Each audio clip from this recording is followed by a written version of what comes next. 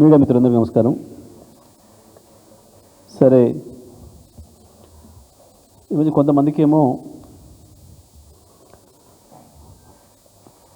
ఈ రాష్ట్ర ముఖ్యమంత్రి సోనియా గాంధీ అవార్డు గ్రహీత ఆస్కార్ అవార్డు కోరిక ఎదురు చూస్తున్న రేవంత్ రెడ్డి గారి మానసిక స్థితి పైన అనుమానాలు వ్యక్తీకరిస్తున్నారు కొంతమంది.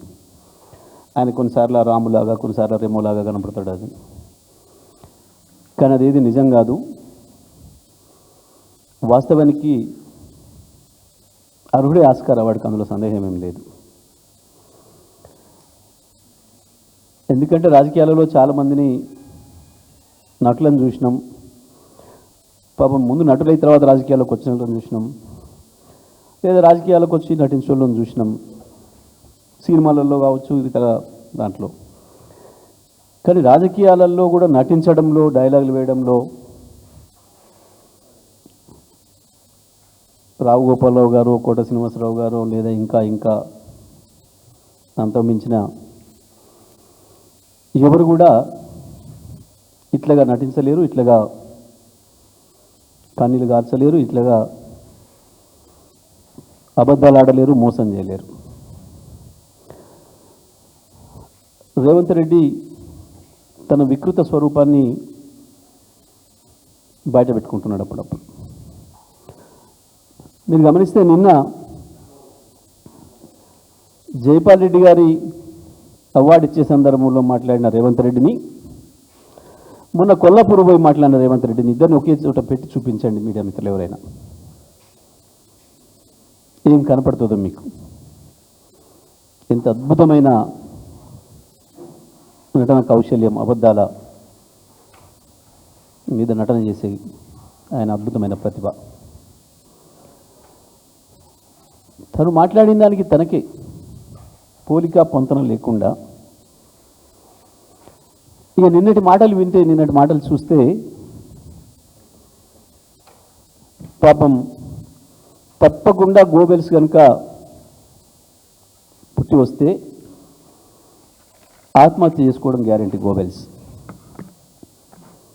చీనియమ్మని, నేను అర్హుణ్ణి కాదు, దీనికి నాకు ఇచ్చిన పదవికి ప్రజలు 100 సంవత్సరాలైనా కూడా ఇంకా ఈ ప్రపంచ ప్రజలందరూ అబద్ధం చెప్పాలంటే గోబెల్సే అని చెప్పి గోబెల్స్ గురించి మాట్లాడుకుంటున్నారు. ఇక ఈ ప్రపంచం ఇప్పటి నుంచి రేవంత్ రెడ్డి అని తీసుకోవచ్చు, గోబెల్స్ పేరు తీసేసి ఆ ప్లేస్లో రేవంత్ రెడ్డిని పెట్టుకోవచ్చు.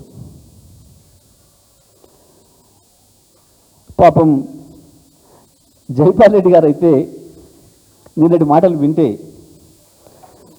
ఆయనకు ఒకేసారి పాపం నవనాడులు బిగించుకపోతాయి ఆయన బతికొస్తే. కానీ ఇప్పుడు ఇవాళ అది వింటే కనుక జైపాల్ రెడ్డి గారి ఆత్మ కూడా ఆత్మహత్య చేసుకుంటుంది. జైపాల్ రెడ్డి గారి ఆత్మ కూడా ఆత్మహత్య చేసుకుంటుంది నిన్నటి రేవంత్ రెడ్డి మాటలు వింటే. రేవంత్ రెడ్డి, నువ్వు మాట్లాడిన ఇదే ఇక్కడ రెడీగా. జైపాల్ రెడ్డి ఒక్కనాడు తెలంగాణ ఉద్యమంలో పాల్గొనలే. రేవంత్ రెడ్డి, జైపాల్ రెడ్డి ఏ ఒక్క రోజు కూడా తెలంగాణ గురించి మాట్లాడలే. నువ్వు మాట్లాడిన మాటలు జైపాల్ రెడ్డి గారు బతుకున్నప్పుడు ఒక్క రోజు అంటే ఒక్క రోజు జైపాల్ రెడ్డి గారి గురించి నువ్వు ఒక అక్షరం మంచి. అయితే పాపం మరి నీ విషయంలో జైపాల్ రెడ్డి గారు కూడా ఎప్పుడు పొరబడలే. అసలు నిన్ను మనిషి కింద లెక్క పెట్టడానికే ఇష్టపడలే ఎప్పుడు జైపాల్ రెడ్డి గారు. అసలు నీ పేరు ఎవరైనా వారి ముందు ప్రస్తావిస్తే చిచి అని వదిలేసేది. చిచి, నీ పేరు తీసుకోవడానికి కూడా ఇష్టపడకపోయేది. గంతగా ఒక గొంగలి పూరు కంటే కూడా అధ్వానంగా నిన్ను చూసిండు జైపాల్ రెడ్డి గారు.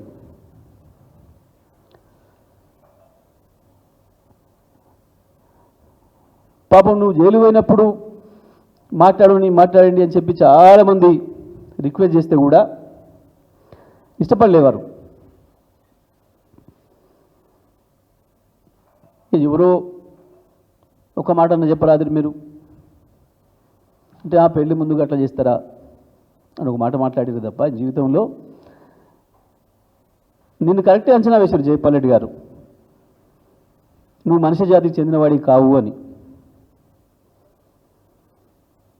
ఎందుకంటే నువ్వు చిమ్ముతున్న విషయం కేసీఆర్ పైన. ఏం మాట్లాడినావు కొల్లాపూర్లో? మీడియా మిత్రులు కూడా అప్పుడప్పుడు కొంచెం అమాయకంగా మమ్మల్ని అడుగుతుంటారు, ఏంది రేవంత్ రెడ్డి రమ్మంటున్నాడు కదా కేసీఆర్ గారిని, అసెంబ్లీకి రమ్మంటున్నాడు కదా, చర్చలో రమ్మంటున్నాడు కదా అని మమ్మల్ని అడుగుతుంటారు. చూసిండ్రు కదా రేవంత్ రెడ్డి వికృత స్వరూపం ఏందో, అసలు స్వరూపం ఏందో. నేను ఎందుకు రమ్మంటున్నా కేసీఆర్ను,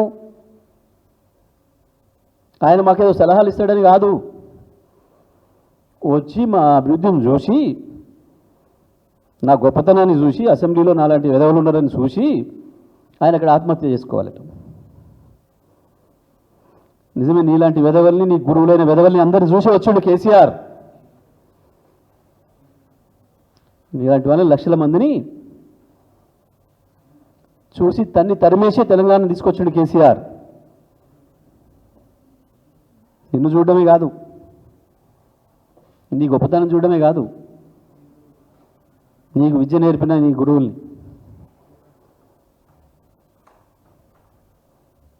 నువ్వు గురువు మించిన శిష్యుని అయితే అనుకుంటున్నావు నువ్వు, కానీ కొన్ని నేర్చుకోవాలి, నీ గురువు నుంచి కొన్ని నేర్చుకున్నావు. నీ గురువు నీలాగా నీ వికృత స్వరూపం బయట పెట్టుకున్నట్టు కాదు, బయటికి చాలా పాలిష్డ్గా కనబడతాడు ప్రపంచానికి. కానీ నీలాంటి వికృత స్వభావాన్ని కొంతమంది తయారు చేసిండు.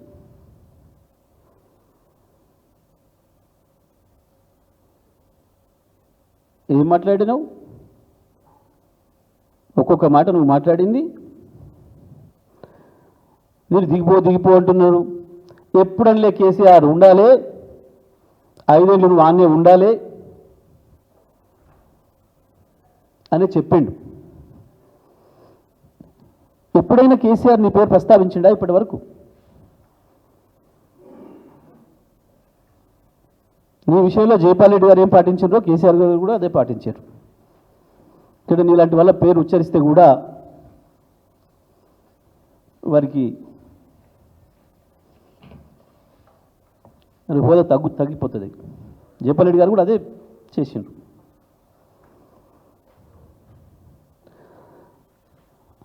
నువ్వు చేస్తున్న ద్రోహం ఇవ్వాలి తెలంగాణకి.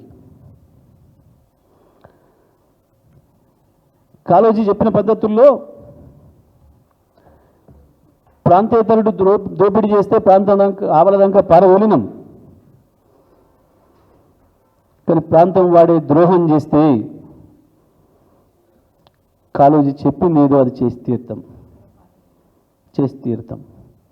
అందులో సందేహం లేదు. తెలంగాణ ప్రజలం చేసి తీరుతాం. ఇది ఎవరో ఒకరి కోరిక కాదు, తెలంగాణ ప్రజల కోరిక, కాళోజీ కోరిక. నీ ద్రోహాన్ని బయటపడకుండా ఉండడం కొరకు ఇట్లాంటి తప్పుడు భాష మాట్లాడుతూ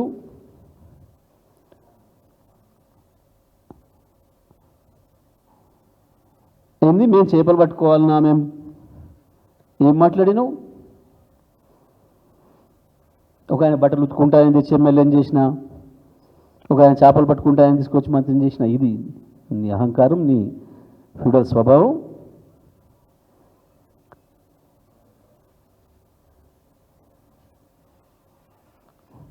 మనిషిని కులంతో చూసి ఒక గలీజ్ లక్షణం నీకు ఉంది అనేది బయట పెట్టుకున్నావు. నువ్వు కేసీఆర్తో పోలిక, నీకు కేసీఆర్ నేను చూసి బాధపడుతున్నాడు, ఏడుస్తున్నాడు.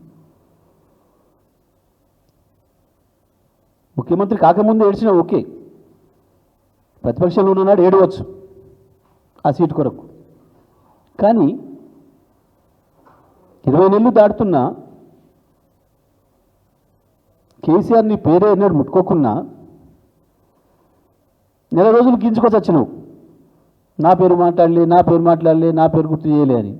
ఆఖరి నువ్వే చెప్పుకున్నావు మళ్ళా నన్ను చూసి భయపడి మాట్లాడలే కేసీఆర్. మరి నిన్ను చూసి భయపడడం కేసీఆర్ గురించి ఎందుకు మాట్లాడుతున్నావు ప్రతిరోజు? నేను చూసి భయపడే కేసీఆర్ గురించి ఎందుకు మాట్లాడుతున్నావు? ఏ ఊరి పోయినా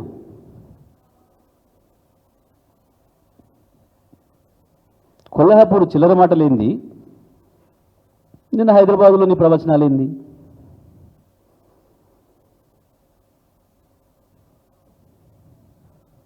ఇవన్నీ దేని కొరకు? అసలు విషయం నుంచి ప్రజలు పక్కదారి పట్టించడం కొరకు. బనకచెర్ల విషయంలో నువ్వు దొరికిపోయిన దొంగలాగా ఆనాడు నోట్ల కట్టలతో ఎట్లా దొరికినావో రెడ్ హ్యాండెడ్గా మళ్ళీ ఇవాళ నీకు నువ్వే దొరికిపోయినావు. అవాళ నిన్ను పట్టుకుంది నోట కట్టలతో తెలంగాణ పోలీసులు, ఇవాళ నిన్ను బయట పెట్టింది నీ ఆంధ్ర మిత్రులు. ఇవాళ నీ దొంగతనాన్ని బయటపెట్టింది దోసుకపోయిన వాళ్ళు. తెలంగాణ నుంచి మేము ఇది దోసుకొచ్చినాం, రేవంత్ రెడ్డి మాకు సంతకం పెట్టిండు అని చెప్పి చూపించింది నీ మిత్రులు. ఎందుకు మాట్లాడలే ఇప్పటివరకు ఒక్క నిమిషం దానిపైన? ఆంధ్రప్రదేశ్ మంత్రి చెప్పింది అబద్ధమనో, ఆంధ్రప్రదేశ్ ముఖ్యమంత్రి మాట్లాడింది అబద్ధమనో, కేంద్ర ప్రభుత్వం స్వయంగా చెప్పింది అబద్ధం, నేను పెట్టలేదు సంతకం, నేను ఎజెండాలు లేదు, ఎందుకు మాట్లాడతలేవు? ఇప్పటివరకు మీరు కూడా చూశారు మీడియా మిత్రులు అడిగితేనే చెప్పాడు, ఎజెండాలు లేని దేని గురించి ఎట్లా మాట్లాడతామయ్యా మేము? నువ్వే బనకచెర్ల గురించి అడుగుతున్నావు నన్ను. ఎజెండాలే లేనప్పుడు నేను వద్దని చెప్తానా? ఇది కదా నువ్వు మాట్లాడింది. ఆబ్దారి కార్డు కాదు కదా, నీ చిట్టి చాటు కాదు కదా, దొంగతనంగా గోడసాడు మాట్లాడే నీ చిట్టి చాట్లు కాదు కదా నువ్వు చెప్పింది. బహిరంగంగానే కదా నువ్వు మాట్లాడి 10 నిమిషాలు కాకముందే కదా అవతల బయట పెట్టింది.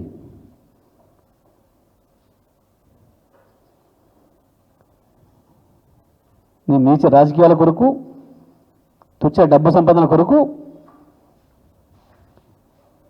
తెలంగాణ ప్రజల ఆత్మగౌరవాన్ని తాకట్టు పెడుతూ, తెలంగాణ ప్రజల హక్కుల్ని దారాదత్తం చేస్తూ నువ్వు చేస్తున్న నీ దుర్మార్గమైన పనులని బయట పెడుతున్నాడనే కదా కేటీఆర్ పైన ఏడుపు, కేసీఆర్ పైన ఏడుపు.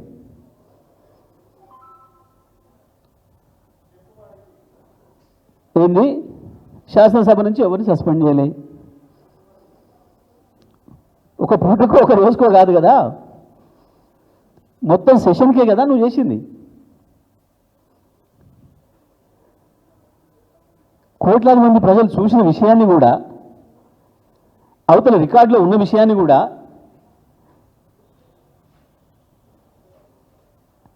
నేను ఒక అబద్ధం చెప్పి దాటేస్తా, నేను హితవచనాలు చెప్తా,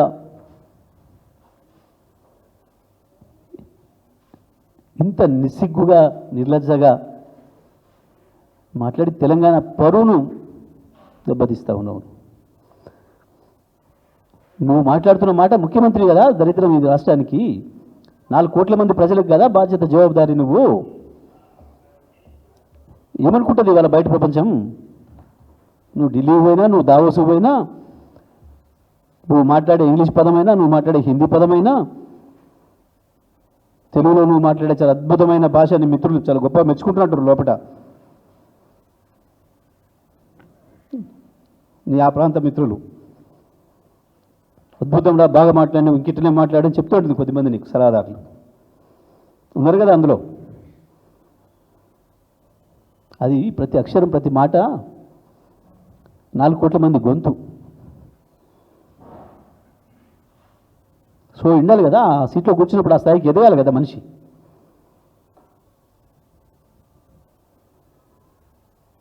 ఎందుకు తీస్తున్నావు ప్రపంచం ముందట పరువు? నీది పోతుందన్న బాధ నీకు లేకపోవచ్చు, ఎందుకంటే నువ్వు చాలా సాగు చెప్పినావు అనేక సందర్భాల్లో. నాకు ఏ విలువలు లేవు, నా విలువ డబ్బే విలువ, నాకు అధికారమే విలువ, వేరే ఏ విలువలు లేవు అని నువ్వు చెప్పినావు.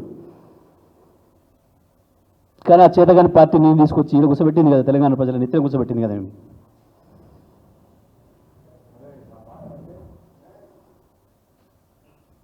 మాట్లాడేటప్పుడు చూడ ఉండాలి, ఆలోచన ఉండాలి. ఒక్కొక్క స్థాయి ఎదుగుతున్న కొద్దీ ఆ స్థాయికి భాష పెంచుకోవాలి, మాట్లాడే విధానం మార్చుకోవాలి, అక్కడికి ఎదగాలి కదా. చూస్తున్నారు 4 కోట్ల తెలంగాణ ప్రజలు ఎక్కడున్న ప్రపంచంలో. ఒక మాట కేసీఆర్ నేను గురించి ఎప్పుడైనా ఒక మాట మాట్లాడిందా? నేను నల్లానలే తెల్లానలే, ఒక విఘ్నత కలిగిన నాయకుడిగా కొత్తగా వచ్చిండ్రు చిన్నవాళ్ళు, అనుభవం లేని వాళ్ళు. 6 నెలలు అవకాశం ఇద్దామని చెప్పిండు. 6 నెలలు కాదు 18 నెలలు అవకాశం ఇచ్చిండు. ఆ విషయం చెప్పిండు విఘ్నతతోని. కొత్త ప్రభుత్వం, సమయం ఇద్దాం, సర్దుకొనిద్దాం.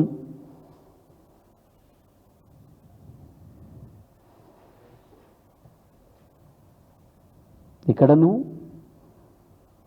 కేసీఆర్ విఘ్నత ఎక్కడ? నీకున్న విచక్షణ ఏంది? అధికారంలోకి వస్తే మతం పెరుగుతుందా?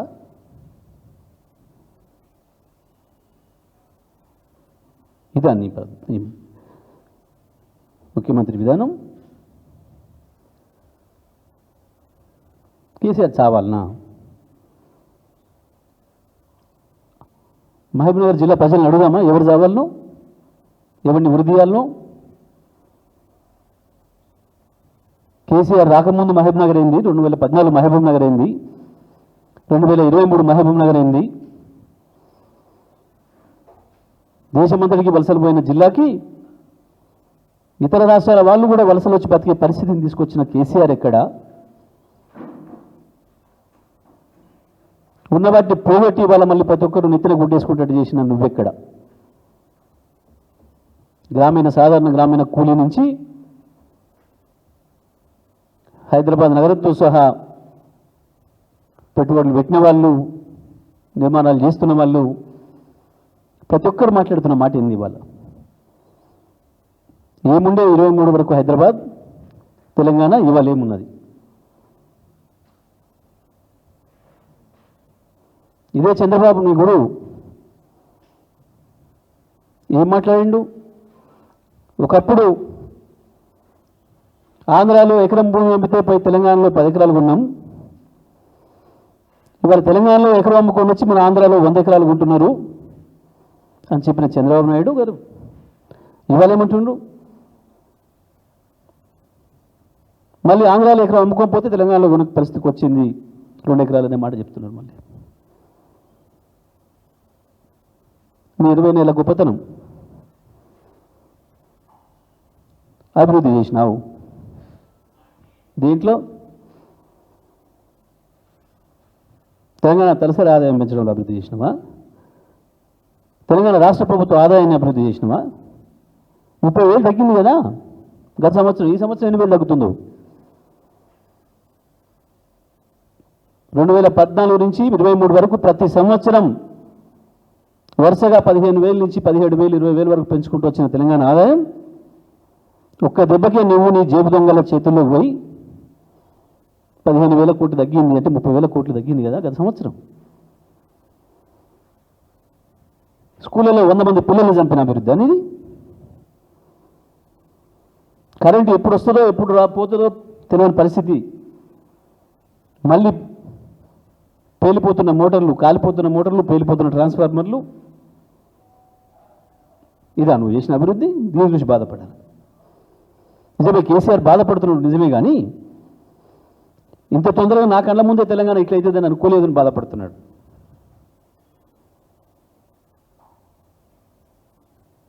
సరే నేను ఒక దారి ఏర్పాటు చేసిన 10 ఏళ్ళు ఆ దారిలోనే నడుస్తుంది కదా తెలంగాణ అనుకున్నాడు. ఎవరున్నా ఆ దారిలో నడవాల్సిందే కదా, నడుస్తారు కదా అనుకున్నాడు. కానీ గింత దుర్మార్గంగా, గింత నీచానికి ఒడిగట్టి అభివృద్ధి ఆగిపోయిన ఒక రోజు ముందు వెనుక ముందు పోతుంది. కానీ మొత్తం హక్కుల్నే దారదత్తం చేసి తెలంగాణ ఆత్మగౌరవాన్ని దెబ్బకొట్టి మళ్ళీ మనం చూసి నవ్వే పరిస్థితి తీసుకొస్తున్నని దుర్మార్గ పరిపాలన చూసి బాధపడుతున్నాడు కేసీఆర్. అందులో సందేహం ఏం లేదు.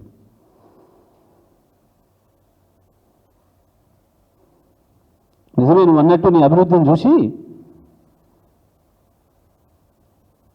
కేసీఆరే కాదు తెలంగాణ బాధలు అందరూ బాధపడుతున్నారు. తెలంగాణ బిడ్డలు ఏ దేశంలో ఉన్నా కూడా ఏడుస్తున్నారు. నేను ఇష్టపడి నిన్ను అభిమానించి అమెరికాలో ఆదరించిన వాళ్ళు కూడా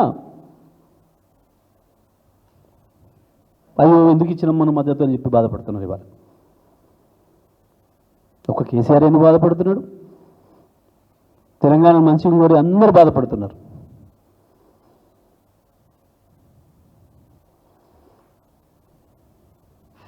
నిజమే, సోనియా గాంధీ అవార్డు సరిపోదు నీకు. బహుశా నీలాగా ఉన్న అభివృద్ధిని కూడా జరుగుతున్న అభివృద్ధిని కూడా జడగొట్టగలిగిన ఏకైక పరిపాలకుడు ప్రపంచంలో నువ్వు ఒక్కడివే అని చెప్పవచ్చు నీకు అవార్డు. అందులో సందేహం ఏం లేదు. దానికి ఆస్కార్ ఇస్తారా, ఏ స్కార్ ఇస్తారా, దానికి ఏ స్కార్ పేరు పెడతారో కానీ దానికి నువ్వు మాత్రమే అర్హుడి, అందులో సందేహం లేదు. ప్రపంచంలో చాలామంది నియంత్రణకు వచ్చిపోయినారు, కానీ ఉన్నదాన్ని జడగొట్టుకున్నాడు ఎవరిని చూడలే ఈ ప్రపంచం. మొదటిసారిగా నిన్నే చూస్తుంది, దానికి ఇవ్వచ్చు అవార్డు.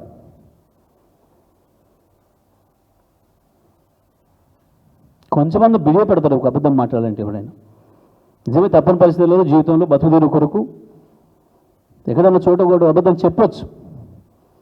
కానీ నీలాగా నిత్యం పొద్దున్న లేస్తే అబద్ధమే సిగ్గుపడేంత పద్ధతిలో నువ్వు చెప్తున్న అబద్ధాలు తప్పకుండా ఆస్కార్ అవార్డుకి అర్హునివి, సందేహం ఏం లేదు. సోనియా గాంధీ అవార్డుకే సంతోషపడుతున్నావు. నవ్వుకుంటారన్న సోయి ఉండొద్దా? ఏముంది దాంట్లో?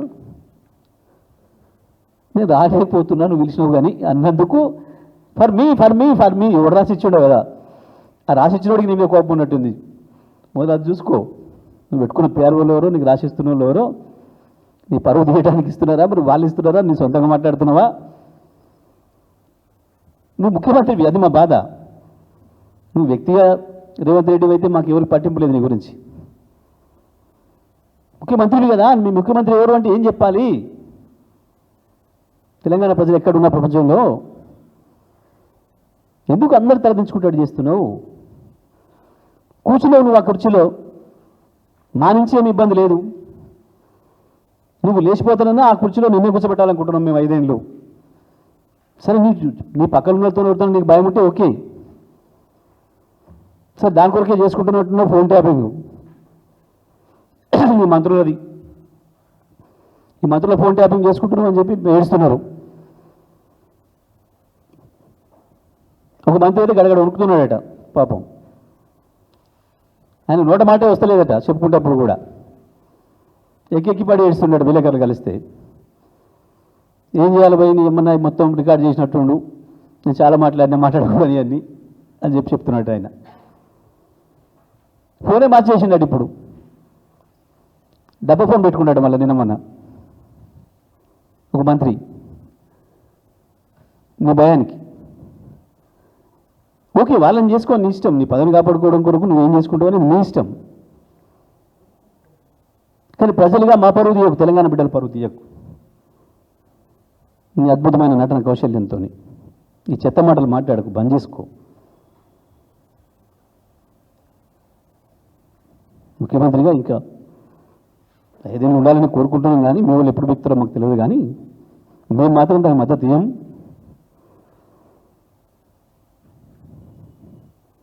కేసీఆర్కి నేను ముఖ్యమంత్రి ఉన్నామని రంగం లేదు. కాకపోతే తెలంగాణ పాడైపోతుందన్న బాధ ఉంది. దానికి నిర్ణయించలే నీ పార్టీ, నీ నాయకుడు, నీ నాయకురాలు. తెలంగాణ ప్రజలకు ఇచ్చిన కానుక ఇది.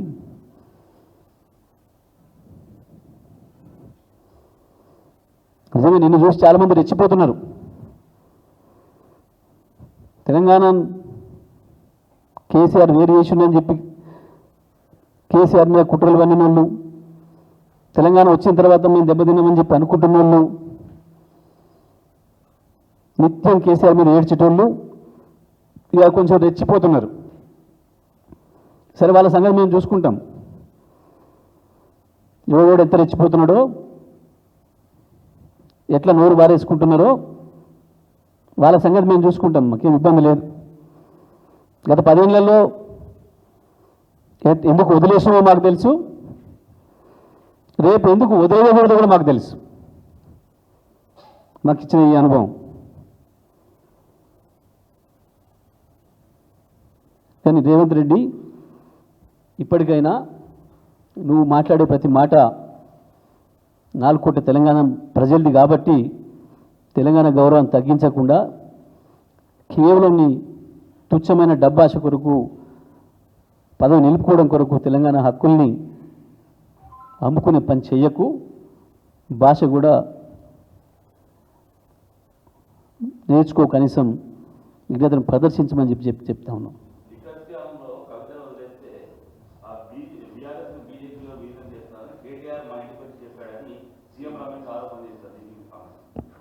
సీఎం రమేష్ ఆయన మనిషి, ఆయన లెక్క, ఆయన కూడా మాట్లాడతాడు. సరే, వాస్తవానికి పార్లమెంట్ ఎన్నికల ముందు అక్కడక్కడ వార్తలు వస్తేనే బీజేపీతో పొత్తు అని చెప్పి కేసీఆర్ గారు మమ్మల్ని అందరూ పిలిచి కోప్పడ్డాడు. సీనియర్ లీడర్ అందరినీ పిలిచి, ఎందుకు వస్తున్నాయి ఎటువంటి వార్తలు చూడాలి కదా, చెక్ చేయాలి కదా, మీరు అటువంటి చెత్త వార్తలు రాకూడదు కదా, ప్రాణం పోయినా బీజేపీతో మనం పొత్తుకు పోవడానికి సిద్ధంగా లేం కదా, ఎప్పుడు కూడా అది ఎప్పటికి జరగని పని కదా, ఎందుకు వస్తున్నాయి ఆ వార్తలు అని చెప్పి చూసుకోరా మరి మీరు సీనియర్లు అని చెప్పి మమ్మల్ని ఒప్పడాడు.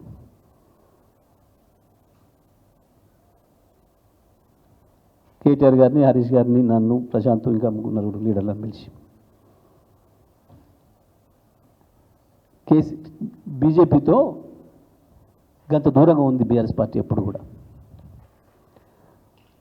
కూడా అది తెలంగాణకు పనికొచ్చే పార్టీ కాదు.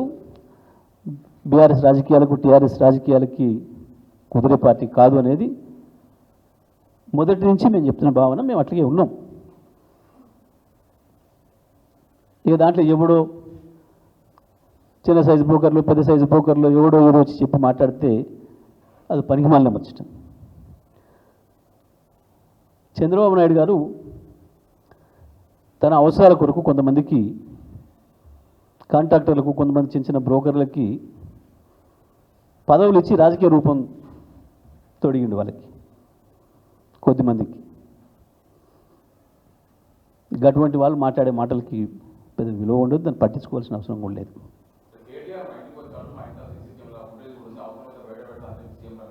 దానికి ఫుటేజ్ పెద్ద బయట పెట్టే ముందు ఫుటేజ్ సీఎం రమేష్ ఇంటికి నేను కూడా పోయినా, మిత్రుడు రమ్మంటే ఏముంది దానికి? ఇది సహజమైన విషయం. ఢిల్లీలో ఎయిర్పోర్ట్లో పోతున్నప్పుడు, పార్లమెంట్లో కలిసినప్పుడు అన్న మా ఇంటికి ఒకసారి భోజనం రండి అని పిలవడం అనేది చాలా కామన్ విషయం. ఇది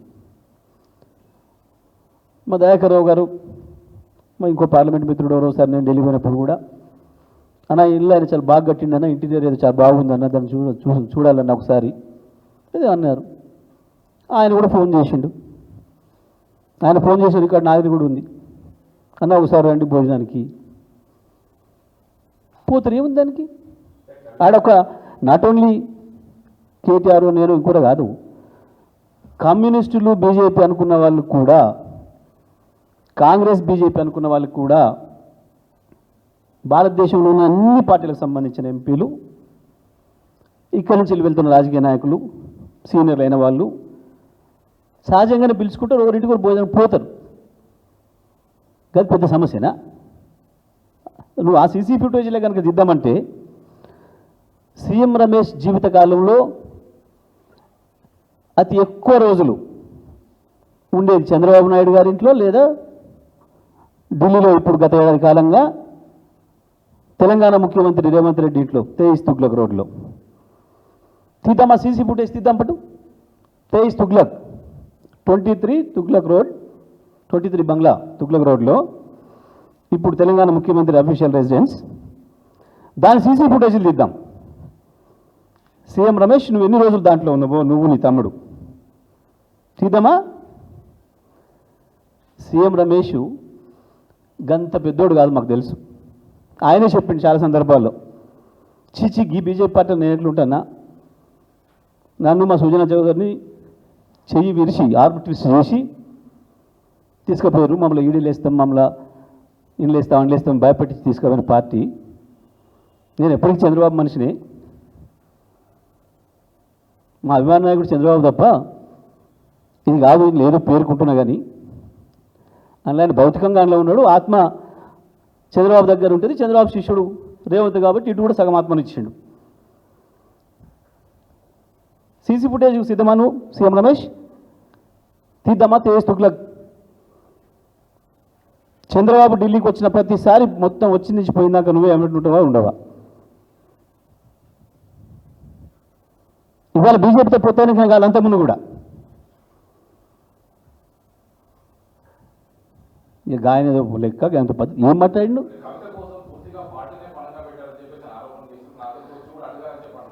ఇక అంత మించిన వెతి మాట ఇంకోటి ఉండదు. కవిత జైలుకి పోతే ఈయన బెయిల్ ఇప్పిస్తాడనట. నవ్వుకోరా ఎవడున్నా? అసలు తలకాయకి బోడుగుండికి లింక్ అంటారు కదా. కవిత జైలుకి పోతే బెయిల్ ఇచ్చేది కోర్టు.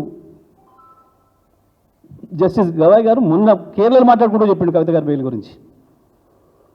బెయిల్ న్యాయబద్ధమైంది, చట్టబద్ధమైంది, అందుకే బెయిల్ ఇచ్చిన అనే మాట చాలా స్పష్టంగా చెప్పిండు.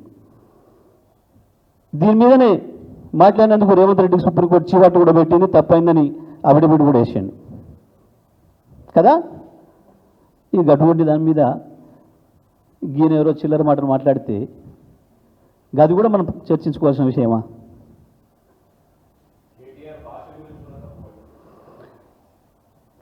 కేటీఆర్ భాషలో ఒక అక్షరం ఏమైనా తప్పుండేనా? ఏంటి అసలు ఇష్యూ? ఇప్పుడు చాలా స్పష్టంగా కేటీఆర్ గారు 10,000 కోట్లు లేని భూమిని ఉన్నట్టు చూపించి దొంగ పత్రాలు పెట్టి తాకట్టు పెట్టి 10,000 కోట్లు తీసుకొచ్చారు యూనివర్సిటీ భూముల్ని. దీంట్లో ఒక ఎంపీ, బీజేపీకి సంబంధించిన ఒక ఎంపీ రాయబారం చేసిండు. తప్పకుండా దాని సందర్భం వచ్చినప్పుడు బయట పెడతా అని చెప్పిండు కదా మీ అందరి సాక్షిగా. కేటీఆర్ ఇవాళ మాట్లాడలేదు కదా. అక్కడ అప్పుడు మాట్లాడిన భాషలో ఏమన్నా మీకు ఏమైనా తప్పు అనిపించిందా? నిన్న ఇది బయటపడంగానే ఇగో నేను చెప్పింది ఇది, 10,000 కోట్ల లోన్ ఆయనకి ఇప్పించినందుకు 1,650 కోట్లు ఈయనకి ఇచ్చిండు, తెలంగాణ పైసలను తీసుకుపోయి ఈ ఎంపీకి అని చెప్పి చెప్పండి. అందులో కేటీఆర్ గారు ఉపయోగించిన భాషలో ఏమైనా ఒక అక్షరం తప్పు కనపడదు ఎవరికైనా? ఏముంది? ఇది ఒక పథకం ప్రకారం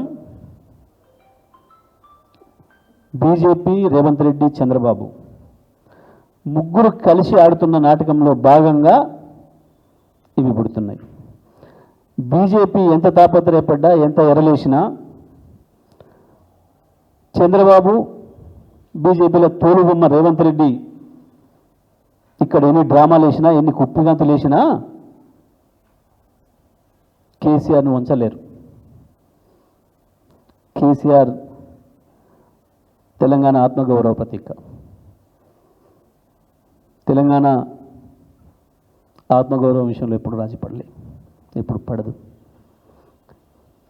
వీళ్ళు చిల్లర వేషాలు ఎందుకు వస్తున్నాయి ఇవన్నీ కూడా ఆలోచించుకోవాలి ప్రజలు. మళ్ళీ మొదలైంది భయం. అక్కడ మోడీ విఫలమవుతున్నాడు, అటు చంద్రబాబు విఫలమవుతున్నాడు, ఇక్కడ ఈ తొలుబొమ్మకేమో నడిపి వస్తలేదు ప్రభుత్వాన్ని. మళ్ళీ కేసీఆర్ పేరు వినబడుతుంది. ఒక తెలంగాణలో కాదు, నేను ఇవాళ చెప్పడంలో మీకు చాలా సందర్భంలో కూడా చెప్పాను. నేను కేసీఆర్ కేవలం తెలంగాణలోని కాదు, భారతదేశ ప్రభుత్వాన్ని నడపడంలో కూడా కీలకమవుతారు రేపు. ఇది భయం మొదలైంది మోడీ చంద్రబాబు ద్వయానికి. చంద్రబాబు మాట్లాడే మాటల్లో ఏదో యథాలాభంగా మాట్లాడుతున్న మాటలు కాదు. ఆంధ్రప్రదేశ్ మహానాడులో చంద్రబాబు మాట్లాడిన మాటలు తెలంగాణ తలసరి ఆదాయం పెరిగింది, కానీ నేను కారణం అన్న మాటలను ఉత్తగా మాట్లాడలే. ఎందుకు అంటే ఇవాళ దేశం మొత్తం మళ్ళీ కేసీఆర్ పైన చర్చ జరుగుతుంది. మొత్తం ప్రపంచ ఆర్థిక వ్యవస్థలు కుప్పగూలిపోయిన నాడు, కరోనా వచ్చినాడు కూడా నిటారుగా నిలబడిన ఏకైక ఆర్థిక వ్యవస్థ తెలంగాణ ఆర్థిక వ్యవస్థ. దాన్ని అంత గొప్పగా నిలబెట్టగలిగిన నాయకుడు కేసీఆర్ అనే సంగతి ప్రపంచానికి తెలుసు. ఇవాళ జరుగుతున్న పరిణామాలు మళ్ళీ కేసీఆర్ను గుర్తు చేస్తున్నాయి ఈ రాష్ట్రానికి, ఈ దేశానికి. రాహుల్ గాంధీ దగ్గర విషయం లేదన్న సంగతి మోడీకి ఎప్పుడు అర్థమైంది. మోడీ కాడ విషయం లేదని మొన్న రాహుల్కి అర్థమైందట, కానీ 2 సార్లు కలిసి మాట్లాడినాక అర్థమైందట. కానీ రాహుల్ కాడ విషయం లేదనే సంగతి ఈ ప్రపంచానికి ఇప్పుడు అర్థమైంది, ఈ దేశానికి ఇప్పుడు అర్థమైంది. 2004లో అర్థమైంది, 2009లో అర్థమైంది. పార్టీ అధ్యక్ష పదవి కూడా రాజీనామా చేసి తోలే బస్సును మధ్యలో వదిలిపెట్టి స్టీరింగ్ వదిలిపెట్టిపోయిన రోజు కూడా అర్థమైంది. ఈ ఇద్దరి దగ్గర విషయం లేదనే సంగతి ప్రపంచానికి తెలిసిపోతుంది. ఇవాళ మళ్ళీ వస్తే గీస్తే తెలంగాణ కాదు, భారతదేశంలో కేసీఆర్ కనబడుతున్నాడు రేపు తప్పకుండా. మీరు ఏదైతే సంతోషపడ్డారో తాత్కాలికంగా 4 రోజులు కేసీఆర్ మహారాష్ట్ర పోతున్నాడు, ఏమైంది, కేసీఆర్ కర్ణాటక పోతున్నాడు, కేసీఆర్ వస్తాడు తప్పకుండా, గుజరాత్ కూడా వస్తాడనే సంగతి తెలుసు వాళ్ళకి. ఒక కర్ణాటక మహారాష్ట్రలే కాదు, వాటిని దాటుకొని గుజరాత్ కూడా చేరుతాడనే సంగతి తెలుసు. అందుకే ఈ చిల్లర రాతలు, చిల్లర మాటలు. టీఆర్ఎస్ను బీజేపీలో విలీనం చేయడం కాదు, బీజేపీ వచ్చి ఇక్కడికి వచ్చి కలుపుతానన్నా ఒప్పుకోడు KCR. That is KCR, that is BRS.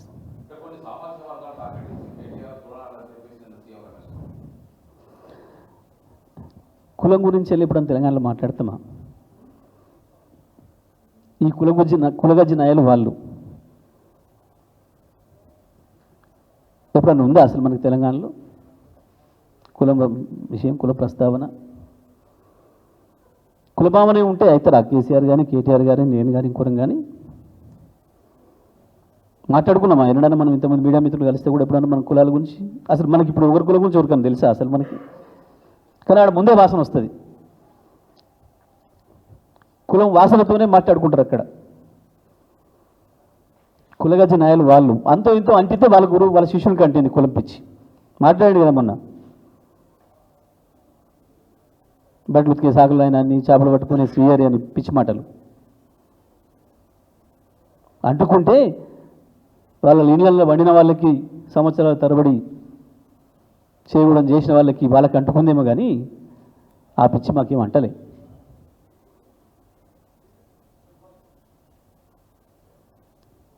ఇవన్నీ వాళ్ళకుండే గజ్జులు అవన్నీ కూడా అవి రావు ఇప్పటికి తెలంగాణకు అంటావు. మా స్థాయికి రానే రావు ఆ చర్చలు.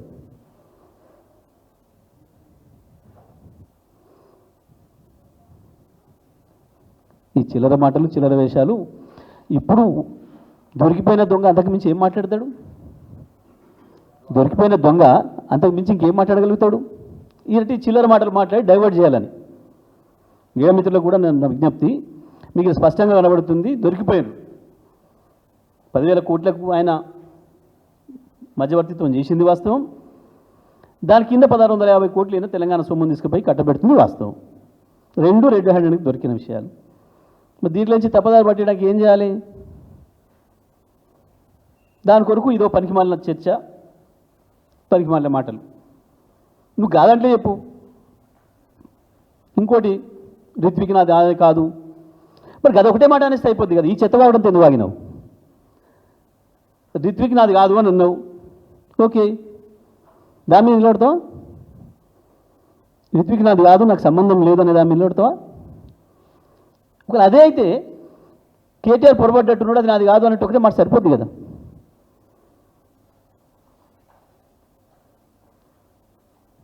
ఎందుకు ఇంత తిప్పలు పడ్డావు? చంద్రబాబు నాయుడు ఆఫీస్ నుంచి, రేవంత్ రెడ్డి ఆఫీస్ నుంచి తెప్పించుకొని రాసిన ఎన్ని కూర్చొని చదవడానికి ఎందుకు అంత తిప్పలు పడ్డావు? భుజాలు తడుకునే ప్రయత్నం. మొన్న కూడా ఒక ఆయన భుజాలు తడుకున్నాడు చూడు. నేను ఒక మాట అనగానే ఎవరు తడుపుకుంటాడు భుజాలు? దొంగతనం చేసినవాడు తడుపుకుంటాడు భుజాలు, దొరికిపోయినవాడు చదువుకుంటాడు, భుజాలు తడుపుకుంటాడు దొరికిపోయినవాడు.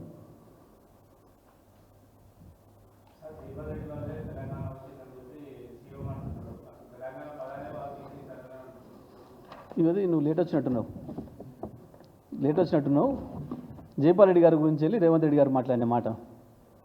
జైపాల్ రెడ్డి జీవితంలో ఎన్నడూ తెలంగాణ ఉద్యమంలో పాల్గొనలే, తెలంగాణ కొరకు పనిచేయలేని చెప్పిన ఇదే రేవంత్ రెడ్డి గారు ఇవాళ పాపం జైపాల్ రెడ్డి గారు లేరు కదా, నేనేం మాట్లాడినా చచ్చిపోతుంది, లేదా ఇవాళ జైపాల్ రెడ్డి గారికి ఏమన్నా ఇంత మంచి పేరు ఉంటే దాన్ని నా ఖాతాలు వేసుకోవచ్చు. నేను అందుకే చెప్పిన పాపం జైపాల్ రెడ్డి గారు బతుకుంటే ఆత్మహత్య చేసుకునేది పక్కన పెట్టి పాత సామెత. ఇప్పుడు మాటలు ఏంటంటే జైపాల్ రెడ్డి గారు ఆత్మ కూడా ఆత్మహత్య చేసుకుంటుంది. ఎందుకంటే ఇప్పుడు సింపుల్, మనల్ని ఎవరైనా మెచ్చుకోవాలని ఎవరిని కోరుకుంటాం? మనకు చదువు చెప్పిన గురువును, మనకంటే పెద్దవాళ్ళని, మన అమ్మ నాయన మనం మెచ్చుకుంటే సంతోషపడతాం. మనకంటే పెద్ద నాయకుడు ఒకవేళ మనం మెచ్చుకుంటే సంతోషపడతాం. ఒక దొంగోడో, ఒక కూనికోరో, ఒక రేపిస్టో, మావాడే మా ఫ్రెండ్ అని నీ గురించి చెప్పిండు అనుకో, ఒప్పుకుంటావా? చూసి వాడు నాకెవరికాను? అట్లా జైపాల్ రెడ్డి గారు కూడా పాపం ఇప్పుడు ఈ మాటలు వింటే ఆయన ఆత్మహత్య చేసుకుంటుంది. ఏం చెప్తున్నా నేను, గీంతో నేమ ఓడించుకుండేది అని ఆయనకు అంత చీప చూసేది. నేను ఆయన పేరు వస్తేనే చిచి అని అనేటోడు. ఇట్లా అది ఈయనకున్న స్థాయి జైపాల్ రెడ్డి గారి దగ్గర.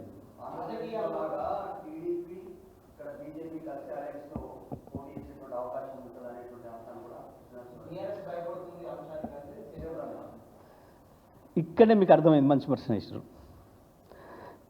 ఇక ఆల్రెడీ టీడీపీతో పోతుండే బీజేపీతో టీఆర్ఎస్ కలిసి ఎక్కడిది, బీఆర్ఎస్ కలిసి ఎక్కడిది, ఇక ఆయన చెప్పిండు కదా ఈ మాట కూడా. అంటే ఇది పసలేని ఆరోపణ, అర్థమైంది కదా మీకు? అది కలిసే ఉన్నాయి, కొత్త కలిసేది ఏంది? ఇప్పుడు ఈయన ప్రత్యేకించి మాట్లాడిన ఈయన భౌతికంగానే బీజేపీలో ఉంటాడు, ఆత్మ అంతేనేమో చంద్రబాబు దగ్గర ఉంటుంది. ఆ ఆత్మలో కొద్దిగా అంతా ఇప్పుడు ఇక్కడ రేవంత్ కాడు ఉంటుంది. ఇప్పుడు మీరు మొత్తం ఈయన రోజువారీ చర్యలు తీయండి. ఢిల్లీలో బీజేపీ ఆఫీస్కి ఈయన పోయిన సందర్భమే లేదు. ఎప్పుడున్నా ఉంటేనేమో చంద్రబాబు గారికి సంబంధించిన ఆఫీసు ఢిల్లీలో, లేదా రేవంత్ రెడ్డికి సంబంధించిన ఇల్లు ఆఫీస్, అతి ఎక్కువ కాలం. ఆయనే చెప్పినవాడు అనేక మందికి, ఈ దుర్మార్గమైన పార్టీ ఇంట్లో మేము ఎట్లుంటాం, మమ్మల్ని చేయి విరిచి మమ్మల్ని ఈడీతో భయపెట్టి, ఐటీతో భయపెట్టి తీసుకున్నారు వాళ్ళు, నాకు ఇష్టమే వచ్చిన ఈ పార్టీలకు అన్నాడు. ఆయన ఇంకోటి కూడా, నేను అంత పెద్ద మునగాడు కదా పార్టీలో, ఏదో పెద్ద గొప్పలు చెప్పుడు, నేను అమిత్ షాతో మాట్లాడినా, ఇంకో మాట్లాడినా, గంత సీన్ లేదు మాకు తెలుసు. ఆయన గొప్పలు చెప్పుకున్నది మాత్రాన ఆయన చెయ్యిరిచి పట్టుకపోయిన ఆడబెట్టాలి, ఆడబెడతారు కానీ తీసి లోపల రానిస్తారు వాళ్ళు, రానిస్తారు ఎవరు?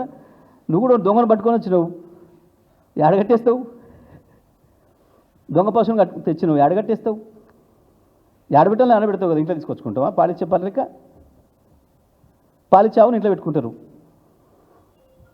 ఈ దొంగ కొట్టని తెలిసిందేనా, దొడ్లే కట్టేస్తారు కదా ఈ పెద్ద పోజులు కొట్టి. నేను అర్థం ఉందా అసలు?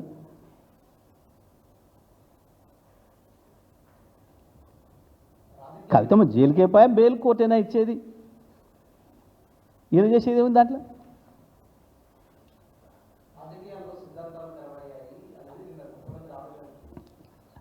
నేను ఆవేదనకే ఆస్కార్ అవార్డు ఇవ్వాలని చెప్పిన,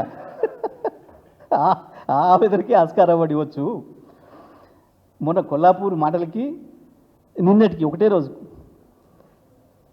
రాజకీయాలలో డబ్బులు, సంచులు, బేరాలు మొదలుపెట్టిందే ఈ మహానుభావుడు, దొరికిపోయిందే ఆయన గురువు. ఆయన ఇప్పుడు అది పాత సామెత అయిపోయింది. నేను అందుకని దాన్ని మాట్లాడతలేను. దయాలు, వేదాలు ఇవన్నీ పాత సామెతలు వీళ్ళ ముందట. ఇప్పుడు వాళ్ళ గురువు గారి ముందట, ఆయన ముందట అవార్డు ఏ తిప్పలైతే పడుతున్నాడో, సోనియా గాంధీ అవార్డుకే పులకరించిపోయి ఆస్కార్ అవార్డు కొరకు ఎదురు చూస్తున్నారో, అయితే నోబెల్ దేనికి ఇస్తారో తెలియదు ఆయనకి. నోబెల్ అది కూడా ప్రస్తావించండి, నోబెల్ ఆస్కార్ అవార్డు అన్నాడు. మరి రెండు కలిపి ఒకటి అనుకుంటే తెలియదు. కానీ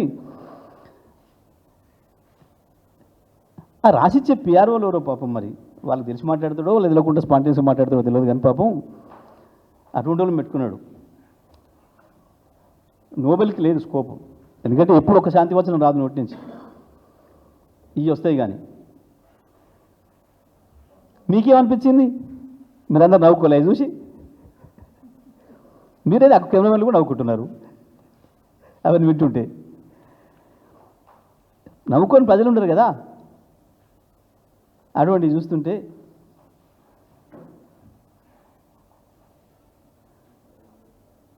గట్లా మాట్లాడుతుంటే పాపం. కానీ తప్పకుండా ఎలిజిబుల్ అన్న సందేహం ఏం లేదు. ఆ వాటికి తప్పకుండా అందరం కూడా రికమెండ్ చేద్దాం. బాయ్.